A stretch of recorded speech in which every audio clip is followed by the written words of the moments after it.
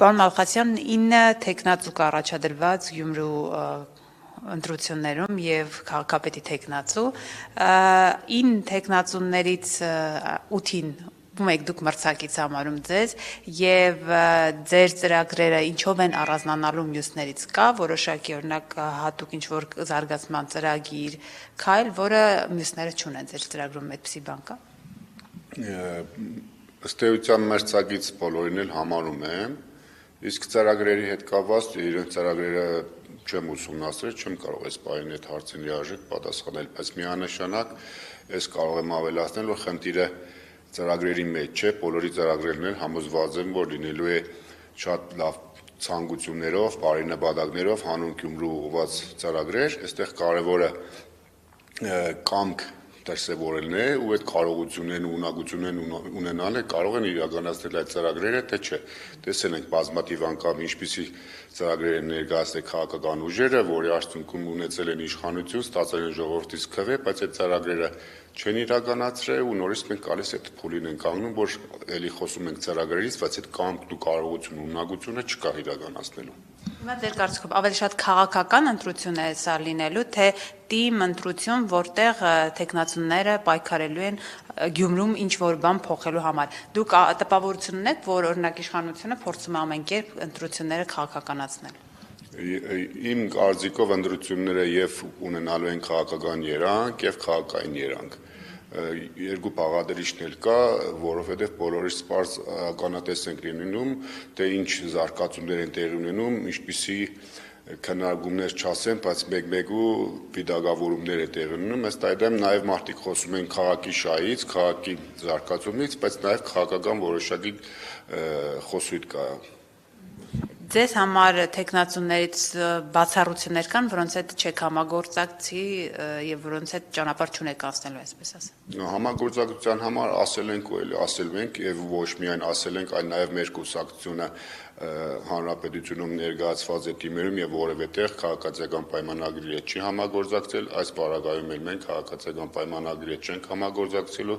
քանի որ ըստ էության եւ սկզբունքները եւ քաղաքապարները տարբեր են,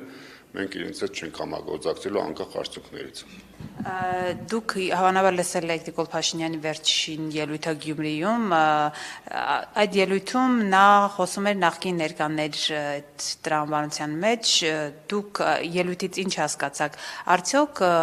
պայքարը իշխանությունը տանում է կրկին Գյումրիում երկու թևերի, այսպես նախկիններ, ներկաներ այդ տրամաբանության։ Այո, իրենք փորձում են պայքարը տանել այդ տրամաբանությամբ, ինչի որովհետև 2018 թվականից սկսած աշխատել է այդ տեխնոլոգիան, հիմա բայց մարդիկ արդեն լավ հասկանում են, որ դա մի բան ասելը ուրիշ է, անելը ուրիշ է,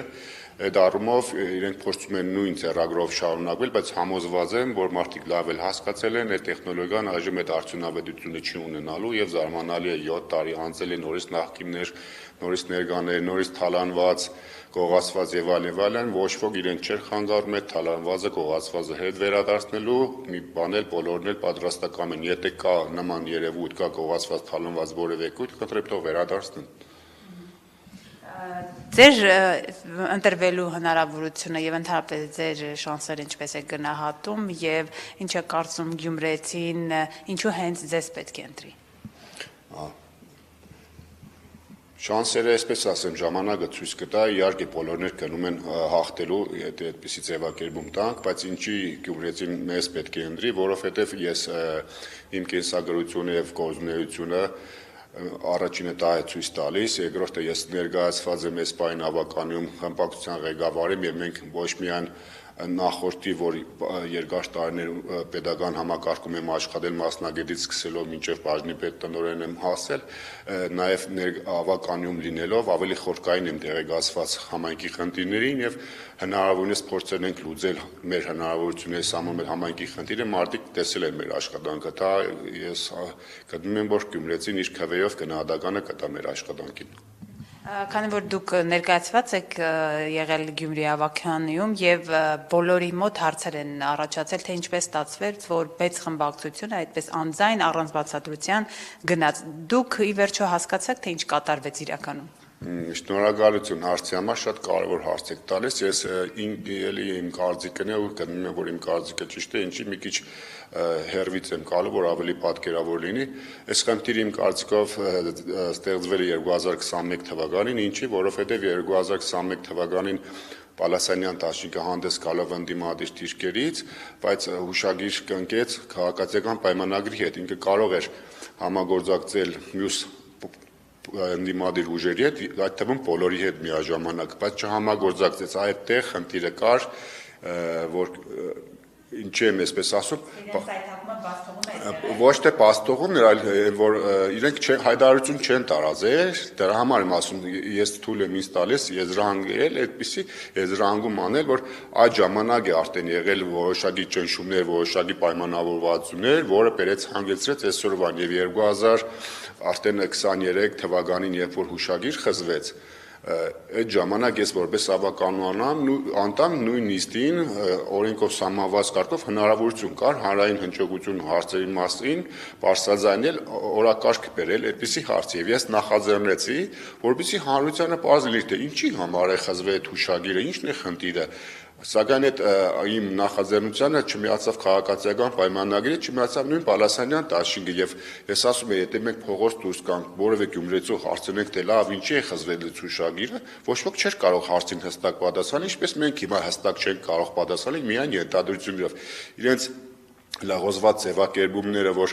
ստվերային է կառավարվում, օրենքից դուրս է կառավարվում, դե եթե օրենքից դուրս է, ապա քերեիրավական գնահատական տվեք, բաժեք մեղավորին, եթե ստվեր կա,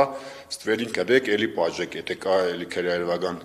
որևէ որակում, ոչ ստվերի մասին են խոսում, ոչ ստվեր կար, ոչ էլ քերեիրավական գնահատական է տրվել։ Այսինքն այդ process-ները, որ ընդանուր մեջ տեսնում ես, այդ իր էվոլյուցիոն զարգացում հասկանում ես, որ ի սկզբանե 2021 թվականից գնաց է եկե հասել է սկերին, այսինքն էլի այն ձեռագիրն է, ինչ որ ամբողջ հանրապետությունում, որտեղ որ քաղաքացիական պայմանագիրը տիմերում ներկայացված չի եղել, ամենտեղ մի ձևով փորձել են տիմը իշխանազավթել։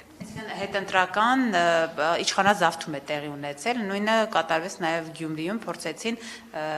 հեռացնել Պալասանյանին, որ իրենց տեխնացուն կա հիմա։ Իհարկե իշխանազավթում է տեղի ունեցել հետընտրական եւ նույնիսկ այն process-ները այնպիսի զարգացումներ ստացան, որ կարող էին որոշակի քայլեր կատարել, մենք ունենայինք արդեն ընդրված համայնքապետ, ժողովրդի կողմից ընդրված համայնքապետ, որը իրենց միայն պատիվ էր բերելու, եթե ճիշտ կազմակերպեն գործընթացը, սակայն իրենք գնացին այլ ուղղությամբ, օրենք փոխելով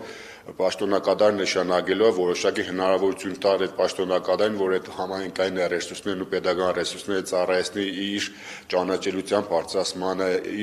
իրենց քվեի ապահովելուն եւ իրական իրավիճակը էս է, դա ամեն ինչը մենք տեսնում ենք, հուսով եմ բնակչությունը Գյումրու տեսել է, իր գնահատականը կտա։ Ես իմ նախորդ հարցի տրամաբանական շարունակությունը այս հարցը ինչի եմ ես ինձ թույլ տալիս ենթադրելու, որ եղել է ճնշումներ, որովհետեւ ըստ էության 14 ավականու անդամից էր կազմված Պալասանյան դաշինքը եւ այդ 14 ավական անդամը, որից մեկը համայնքապետն էր, լուր ու մունջ հրաժարվեցին իրենց մանդատներից եւ որևէ բացատրություն էլ մինչեւ օրս չեն տվել հանրությանը։